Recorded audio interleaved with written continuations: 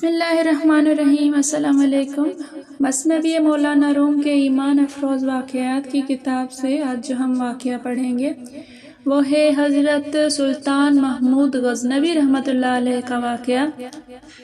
ایک رات حضرت سلطان محمود غزنوی رحمۃ اللہ تعالی علیہ شاہی لباس اتار کر عام لباس میں رعیت کی نگرانی کے لیے تنہا گشت فرما رہے تھے کہ اچانک چوروں کے ایک گروہ کو دیکھا کہ آپس میں کچھ مشورہ کر رہے ہیں۔ چوروں نے حضرت سلطان محمود رحمۃ اللہ تعالی علیہ کو دیکھ کر دریافت کیا کہ اے شخص تو کون ہے؟ بادشاہ نے کہا میں بھی تم ہی میں سے ایک ہوں۔ وہ لوگ سمجھے کہ یہ بھی کوئی چور ہے، اس لیے انہیں بھی اپنے ساتھ لے لیا۔ پھر آپس میں باتیں کرنے لگے اور یہ مشورہ کیا کہ ہر ایک اپنا اپنا ہنر بیان کرے تاکہ چوری کرنے میں وہی کام اس کے سپرد کر دیا جائے۔ ایک نے کہا صاحبو، میں اپنے کانوں میں ایسی خاصیت رکھتا ہوں کہ کتا جو کچھ اپنی آواز میں کہتا ہے میں سب سمجھ لیتا ہوں کہ وہ کیا کہہ رہا ہے۔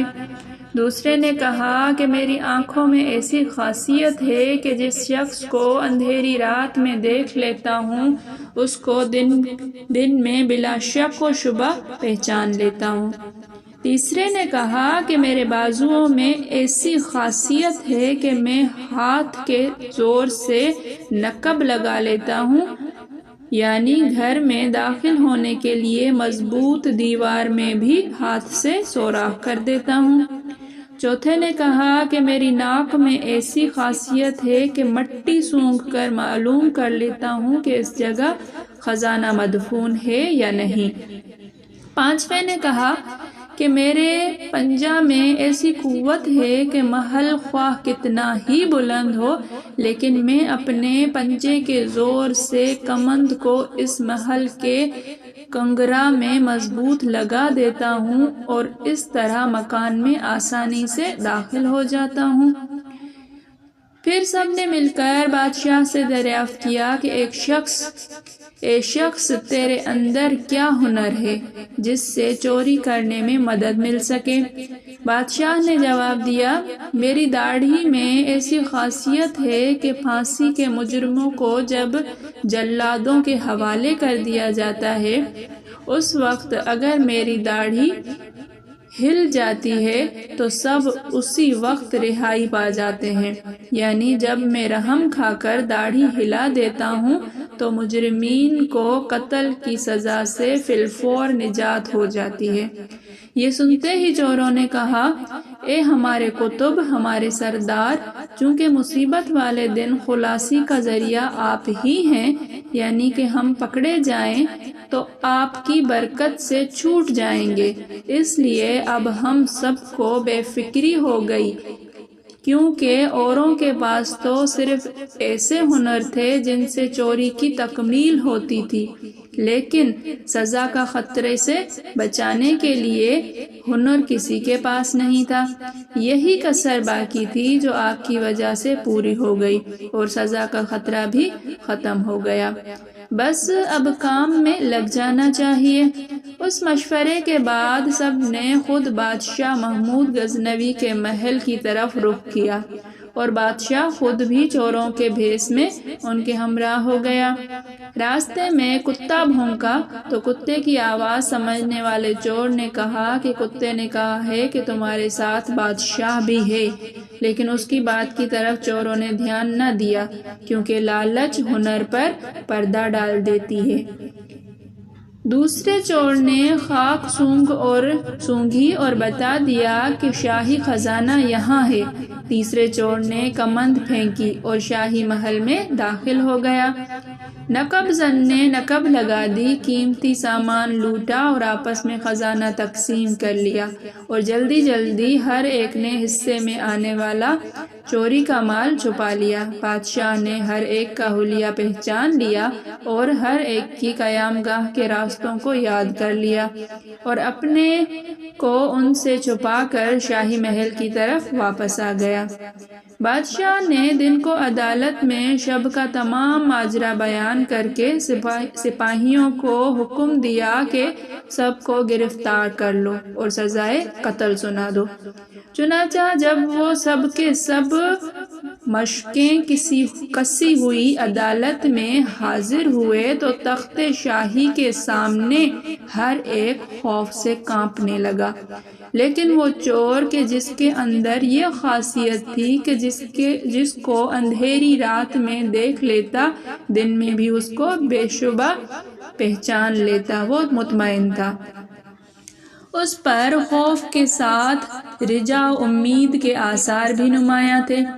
قہر انتقامی سے خوف اور لطف سلطانی کا امیدوار تھا کہ حسب وعدہ جب مراحم خسرانہ سے داڑھی ہل جائے گی تو فی الفور خلاصی ہوگی، اور حسب وعدہ میں اپنے تمام گروہ کو بھی چھڑا لوں گا، کیونکہ حسن اخلاق کی بنا پر بادشاہ اپنے جان پہچان والے سے اعراض نہ کرے گا بلکہ درخواست قبول کر کے سب کو چھوڑ دے گا۔ اس شخص کا چہرہ خوف اور امید سے کبھی زرد کبھی سرخ ہو رہا تھا کہ بادشاہ محمود رحمۃ اللہ تعالی علیہ نے جلالت خسروانہ اور شاہی رعب و جلال کے ساتھ حکم نافذ فرمایا کہ ان سب کو جلادوں کے سپرد کر کے سولی پر لٹکا دو، اور چونکہ اس مقدمہ میں بادشاہ خود گواہ ہے اس لیے کسی اور کی گواہی ضروری نہیں۔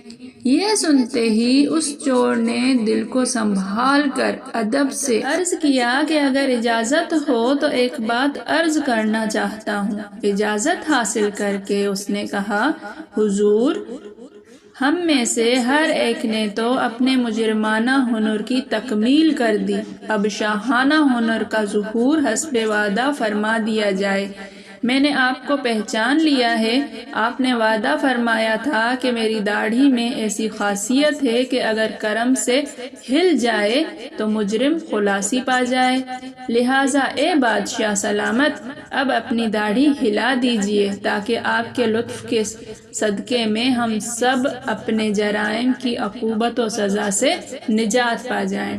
ہمارے ہنروں نے تو ہمیں سولی تک پہنچا دیا، اب صرف آپ ہی کا ہنر ہمیں اس عذاب سے نجات دلا سکتا ہے۔ آپ کے ہنر کے ظہور کا یہی وقت ہے۔